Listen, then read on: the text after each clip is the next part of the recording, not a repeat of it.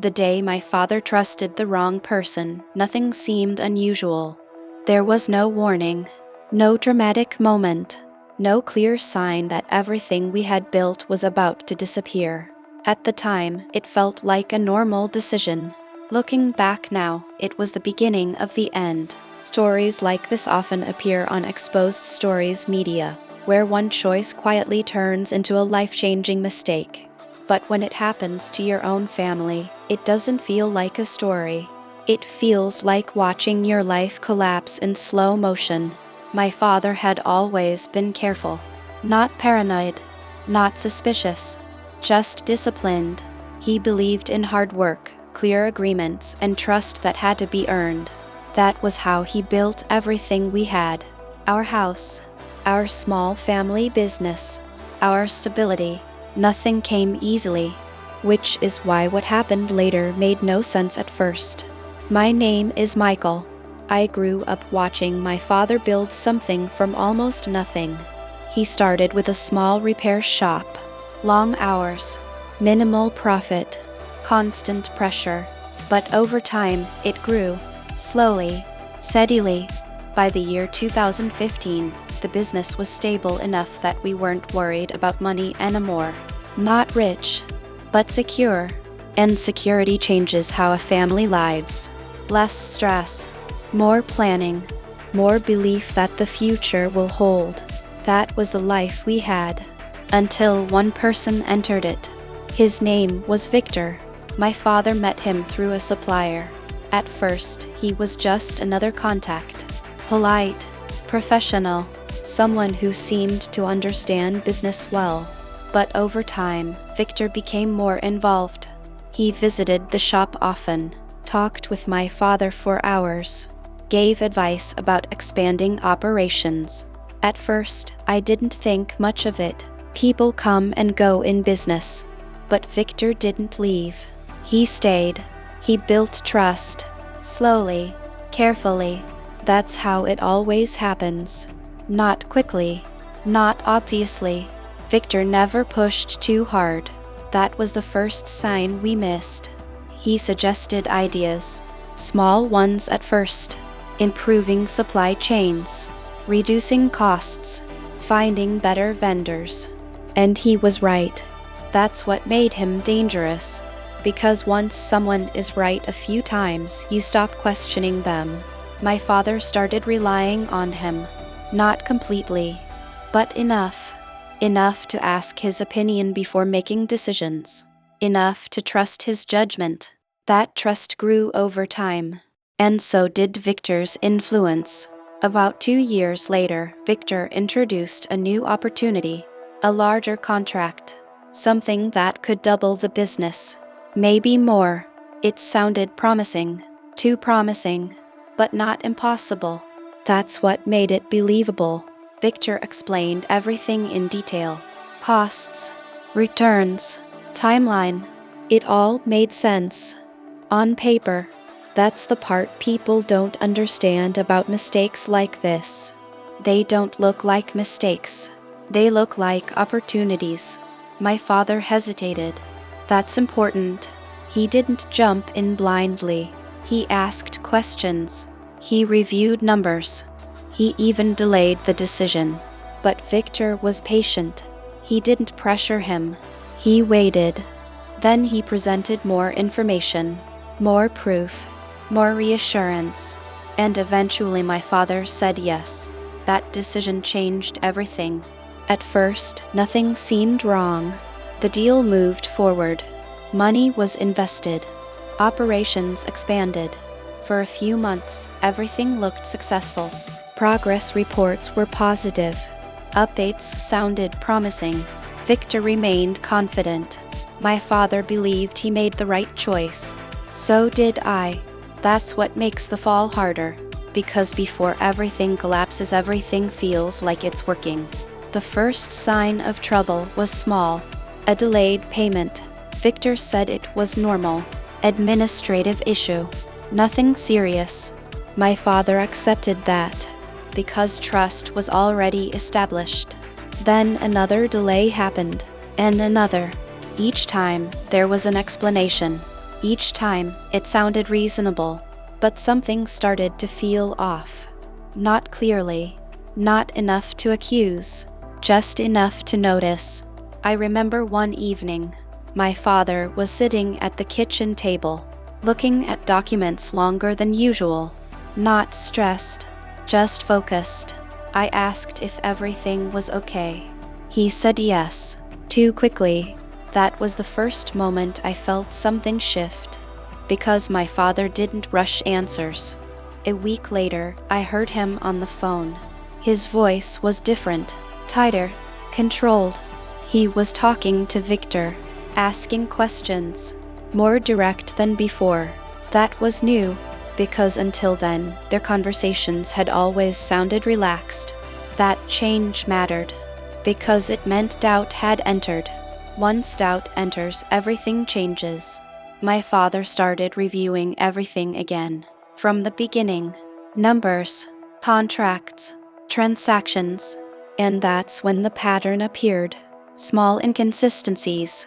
Not obvious, not dramatic, but consistent. Enough to raise questions. The kind of questions that don't have easy answers. Then came the moment that confirmed everything. One payment that was supposed to arrive never did. No delay, no explanation, just gone. That's when my father called Victor again. This time, Victor didn't answer. Not that day, not the next, not ever again. That silence said more than any explanation could, because when someone disappears instead of answering, the truth is already clear. Everything after that moved fast. Too fast. Accounts were checked, documents reviewed, contacts called, and the reality became impossible to ignore. The contract was not real. The opportunity never existed. The numbers were manipulated. The reports were fabricated. Victor had built an illusion, piece by piece, until it was strong enough to hold trust. Then he took everything. Not just money, control, security, the foundation of everything my father had built. Gone. In a matter of weeks. I will never forget the moment my father realized it. He didn't shout, didn't break anything. He just sat there, silent, staring at the same page. For a long time, that silence was worse than anger, because it meant he understood. Not just what happened, but how it happened. He trusted the wrong person, and that one decision destroyed everything. After Victor disappeared, everything moved faster than we were ready for. At first, my father thought there had to be an explanation. A delay, a misunderstanding, a temporary problem. Because when you trust someone for years, your mind resists the idea that it was all a lie. But reality doesn't wait for acceptance. It forces itself forward. Within 2 days, my father contacted the bank, then the supplier, then the company Victor claimed to represent. That's when the truth started breaking through, piece by piece. The company Victor used as a reference did not exist, not in the way he described. The contract numbers didn't match any registered agreement. The contact emails were real, but they were controlled by him. Everything had been built carefully, not rushed, not sloppy. This wasn't a mistake. This was planned. That realization hit differently, because it meant my father wasn't just unlucky. He was targeted. Victor didn't just appear randomly. He studied the business, understood its limits, knew exactly how much my father was willing to risk, and then designed the lie around that. That is what made it terrifying, because it wasn't just about money. It was about trust being used as a weapon. I remember sitting in the office with my father as he went through transaction records again. He kept repeating one sentence quietly. I checked everything. And he had. That's what made it worse, because everything he checked had been designed to pass. The reports, the projections, the documents, all of it was just real enough to survive scrutiny. That's how deception works at this level. Not by being obvious, by being believable. 3 days later, we filed a report. Police, financial fraud, everything. But even as we did it, there was a feeling in the room we couldn't ignore. We were too late, because people like Victor don't leave loose ends. They disappear cleanly. Accounts empty, numbers untraceable, identities blurred. And that's exactly what happened. The money was gone. Completely. Not delayed. Not frozen. Gone. That was the moment everything truly changed. Because until then, there was still hope. Hope that something could be recovered. Hope that it wasn't as bad as it looked. But once the money disappeared, the reality became final. We didn't just lose an opportunity. We lost everything tied to it. The business couldn't recover. Too much had been invested. Too much had been redirected. Cash flow collapsed. Orders stopped. Suppliers pulled back. Within a month, the shop that took years to build was closing. I watched my father pack up tools he had used for decades. Not slowly, not emotionally, just quietly. That silence came back again. The same silence from the night he realized the truth. But this time, it was heavier, because now it wasn't just understanding. It was consequence. People talk about loss like it's one moment. It's not. It's a process. You feel it in stages. First disbelief, then anger, then a strange kind of emptiness. That's where my father was. He didn't blame anyone out loud. Not even Victor. That surprised me, but later I understood why. Because blaming someone else doesn't change what you allowed. And my father was not the kind of man who avoided responsibility. That made it harder to watch. Because instead of anger, he carried weight. Quietly. Every day. A week later, something unexpected happened. I got a call. Unknown number. I almost ignored it. But something made me answer. There was a pause on the line. Then a voice. Calm. Familiar. It was Victor. For a moment, I couldn't speak. Not because I didn't have words. Because I didn't expect him to call. That broke the pattern. People like him disappear. They don't come back. But he did. He didn't apologize. That's important. He didn't sound nervous either. He sounded controlled. Like nothing had gone wrong. He said something I will never forget. He said, "Your father knew the risks." That sentence hit harder than anything else. Because it twisted the truth. Yes, there was risk. But not this. Not deception. Not manipulation. I asked him why. Simple question. Clear. He didn't answer directly. He said, "Business isn't personal." That was his justification. That was how he lived with it. That was the moment I understood something deeply uncomfortable. He didn't see himself as wrong. He saw himself as efficient. That changed everything. Because it meant there would be no closure. No explanation that made sense. No apology that fixed anything. Just a reality where one person wins by destroying another. Before I could say anything else, he hung up. Just like that. No goodbye. No hesitation. That call lasted less than a minute, but it ended any illusion we had left. This wasn't a mistake. It was a decision, and we were the cost. After that call, something inside me changed. Not dramatically. Not in a way people could see immediately, but permanently. Because once you understand how easily trust can be used against you, you never see it the same way again. My father never spoke about Victor again. Not once. That silence became a boundary.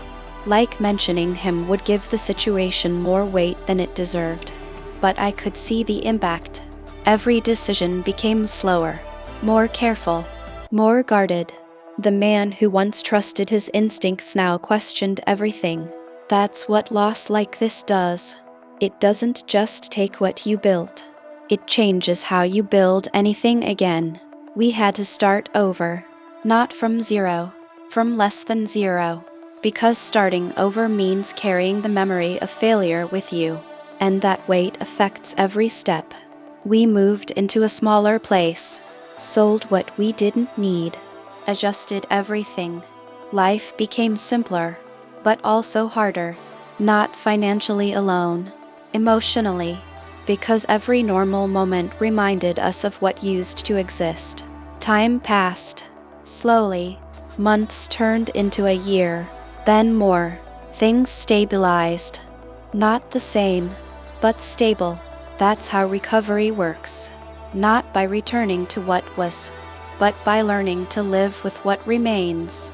I found a job, different field, different pace. Not what I expected for my life, but necessary. My father worked again too. Smaller projects, less risk, no partnerships. That was the biggest change. He no longer trusted anyone in business. Not even a little. That part never came back. And maybe it never will. One evening, years later, we were sitting together. No conversation at first. Just quiet. Then he said something that stayed with me. He said it wasn't the money. I looked at him. He continued.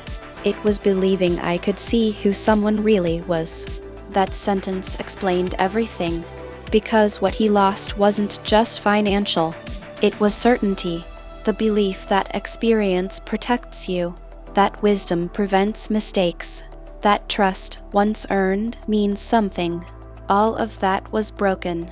Stories like this are why Exposed Stories media exists. Not to shock people, but to show how one decision, one person, one moment can change everything. Because the truth is simple.